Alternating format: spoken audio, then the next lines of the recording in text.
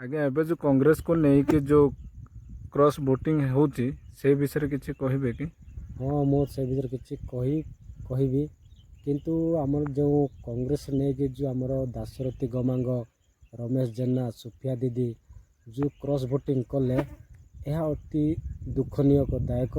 କାହିଁକିନା ଆମ ଅଞ୍ଚଳରେ ଗଜପତି ଅଞ୍ଚଳରେ ପାହାଡ଼ ଜଙ୍ଗଲ ଭିତରେ ରହି ଯେଉଁ ଆଦିବାସୀମାନେ ତାହାଙ୍କୁ ବିଶ୍ୱାସ ଭରସା କରି ଆମେ ଯେଉଁ ଦାଶରଥୀ ଗମାଙ୍କୁ ଭୋଟ ଦେଇଥିଲୁ, ଦୀର୍ଘ 28 ବର୍ଷ କାଳରେ ଯେଉଁ ଶାସନ କରିଥିଲେ ସେ ଶାସନ କାଳରେ ବି କାହିଁ ଆଜି ପର୍ଯ୍ୟନ୍ତ କୌଣସି ଉନ୍ନତି କରିନାହାନ୍ତି। ତଥାପି ବିଶ୍ୱାସ ଭରସା ଥିଲା ଆମେ ଗୋଟେ ଦଳରେ ମଜବୁତ ହେଇକି କଂଗ୍ରେସ ଦଳ କରିକି ଆମେ ଭୋଟ ଯେଉଁ ଦେଇଥିଲୁ ସେଇ ଦଳକୁ ଆଜି ସେଇ ଦାଶରଥ ଗମାଙ୍ଗ ବାବୁ ସେଇ କଂଗ୍ରେସ ଦଳକୁ ଭାଙ୍ଗି ଦେଇଛନ୍ତି। କିନ୍ତୁ ଆଗାମୀ ଦିନରେ ଯେଉଁ କ୍ୟାଣ୍ଡିଡେଟ୍ ଠିଆ ହେବେ କଂଗ୍ରେସ ଦଳର କର୍ମୀ ଯେଉଁ କି ଭଲ ଉତ୍ତମ ପ୍ରାର୍ଥୀକୁ ଆମେ ଚାହିଁ ତାହାକୁ ଆମେ ନିଯୁକ୍ତି କରିବୁ। ସେ ହେଲେ ଆଗାମୀ ଦିନରେ ଯେଉଁ ଇଲେକ୍ସନ୍ ଆସିବ ସେ ସମୟରେ ଆପଣ ଦାଶରଥୀ ଗମାଙ୍କୁ ଭୋଟ ଦେବେ କି? ଆଜ୍ଞା ଦେଖନ୍ତୁ ଆଜ୍ଞା, ଯେଉଁ ଆମେ ପାହାଡ଼ ଅଞ୍ଚଳରେ ରହିକି ଆମେ ବହୁତ ପରିଶ୍ରମ କରିକି ଆମେ ଯେଉଁ ସବୁ ଲୋକମାନେ ୟୁନିଟ୍ ହେଇକି ଆମେ ଯେଉଁ କଂଗ୍ରେସ ପ୍ରାର୍ଥୀକୁ ଆମେ ଠିଆ କରିଥିଲୁ, କିନ୍ତୁ ସେ ବର୍ତ୍ତମାନ ଆଜି ଆମମାନଙ୍କୁ ଯେଉଁ କଂଗ୍ରେସ କର୍ମୀମାନଙ୍କୁ ଏବଂ କଂଗ୍ରେସର ଯେଉଁମାନେ ଲୋକମାନଙ୍କୁ ସେ ଯେପରି ତାଙ୍କେ କ୍ରସ୍ ଭୋଟିଂ କରିକି ଧୋକା ଦେଇଛନ୍ତି।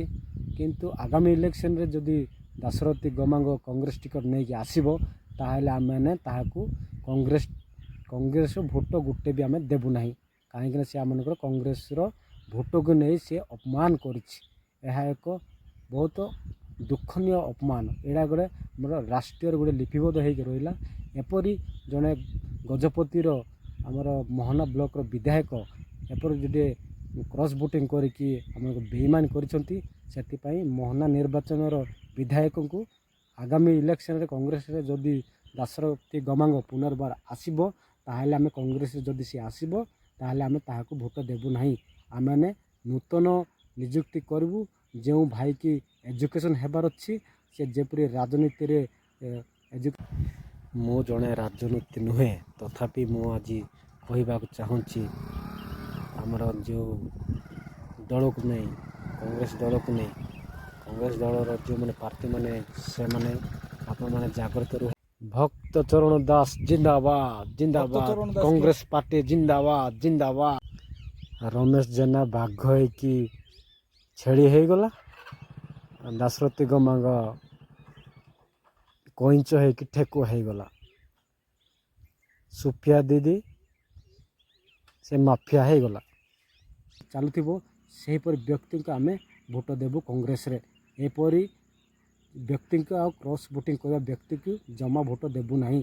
ଦୟାକରି ଜାଗୃତ ରୁହ କଂଗ୍ରେସ ପ୍ରାର୍ଥୀମାନେ ଏବଂ କଂଗ୍ରେସର ୟୁଥ୍ ମାନେ। ଆଗକୁ ଆମେ ବଢ଼ିବା। ଏପରି ଆମର ଯେଉଁମାନେ କ୍ରସ୍ ଭୋଟିଂ ନେଇକି ଯେଉଁ ମାନେ କ୍ରସ୍ ଭୋଟିଂକୁ ନେଇକି ଦଳକୁ ବିଭକ୍ତ କରୁଛନ୍ତି ସେହିପରି ଲୋକମାନଙ୍କୁ ଆମେ ଦେବା ନାହିଁ।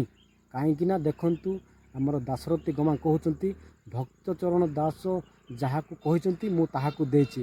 କ'ଣ ସେ କଂଗ୍ରେସର ଯେଉଁ କଂଗ୍ରେସ PCC ସଭାପତି ଥାଇ କ'ଣ ଏପରି ନିଷ୍ପତ୍ତି ନେଇପାରେ ନାହିଁ? କେବେ ବି ନେଇପାରେ ନାହିଁ।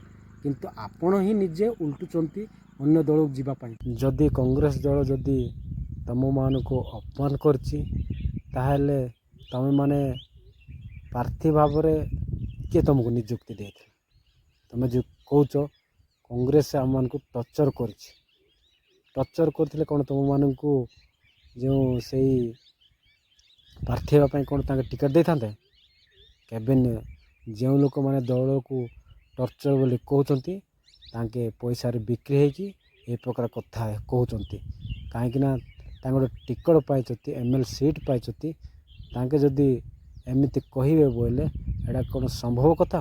କେବେ ବି ସମ୍ଭବ କଥା ନୁହେଁ। ଏଇଟା ଗୋଟେ ଅସମ୍ଭବ କଥା। କାହିଁକିନା ସେମାନେ ବିକ୍ରି ହେଇଯାଇଛନ୍ତି, ସେଥିପାଇଁ ସେମାନେ ଦଳକୁ ଅପମାନ କରୁଛନ୍ତି। ଆଗାମୀ ଦିନରେ ସେଇ ଆମମାନଙ୍କର ଯେଉଁ ପ୍ରାର୍ଥୀମାନେ ଏବେ ଯେଉଁ ତାଙ୍କେ ନିଲମ୍ବିତ ହୋଇଛନ୍ତି ସେମାନଙ୍କୁ ଟିକେଟ୍ ଦିଆ ନଯାଉ। ମୋତେ ବାଧ୍ୟ ହୋଇକି ଭିଡ଼ିଓ କରିବାକୁ ହେଲା, କାହିଁକିନା ଆମମାନଙ୍କର କଂଗ୍ରେସକୁ ନେଇକି ଯେଉଁ ଆମମାନଙ୍କର ବିଧାୟକ ମହାନ ନିର୍ବାଚନ ବିଧାୟକ ଆମମାନଙ୍କୁ ଗାଁ ଗହଳିର ଅଞ୍ଚଳ ଲୋକମାନଙ୍କୁ ନେଇକି ଯେଉଁ ଭୋଟ ସଂଗ୍ରହ କରି ତାଙ୍କେ ବିନା ମୂଲ୍ୟରେ ଯେଉଁ ସେ ପ୍ରାର୍ଥୀ ଭାବରେ ନିଯୁକ୍ତି ପାଉଥିଲେ, ଆଜି ଆମମାନଙ୍କୁ ସେ ବହୁତ ଦୁଃଖ ଦେଇଛନ୍ତି। କିନ୍ତୁ ସେଥିପାଇଁ ଆମେମାନେ ବହୁତ ଦୁଃଖିତ।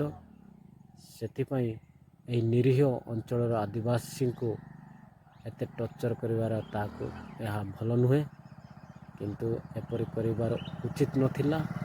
ସେଥିପାଇଁ ଦୟାପୂର୍ବକ ଆଉ ଆମମାନଙ୍କର ଆଦିବାସୀ ଅଞ୍ଚଳ ଭାଇମାନେ, କଂଗ୍ରେସର ୟୁଥ୍ ଭାଇମାନେ, ଆପଣମାନେ ସମସ୍ତେ ୟୁନିଟ୍ ହୋଇକି ଆମମାନେ ଯେପରି ଆଗାମୀ ଆମମାନଙ୍କର ନିର୍ବାଚନରେ ଉତ୍ତମ ଭାବରେ ଯେଉଁ ବ୍ୟକ୍ତିକୁ ଆମେ ଚୟନ କରିବା, ସେହି ବ୍ୟକ୍ତିକୁ ଆମେ କଂଗ୍ରେସ ପ୍ରାର୍ଥୀକୁ ଠିଆ କରିବା, ମଜବୁତ ରହିବା। ଜୟ କଂଗ୍ରେସ ପାର୍ଟି, ଜୟ।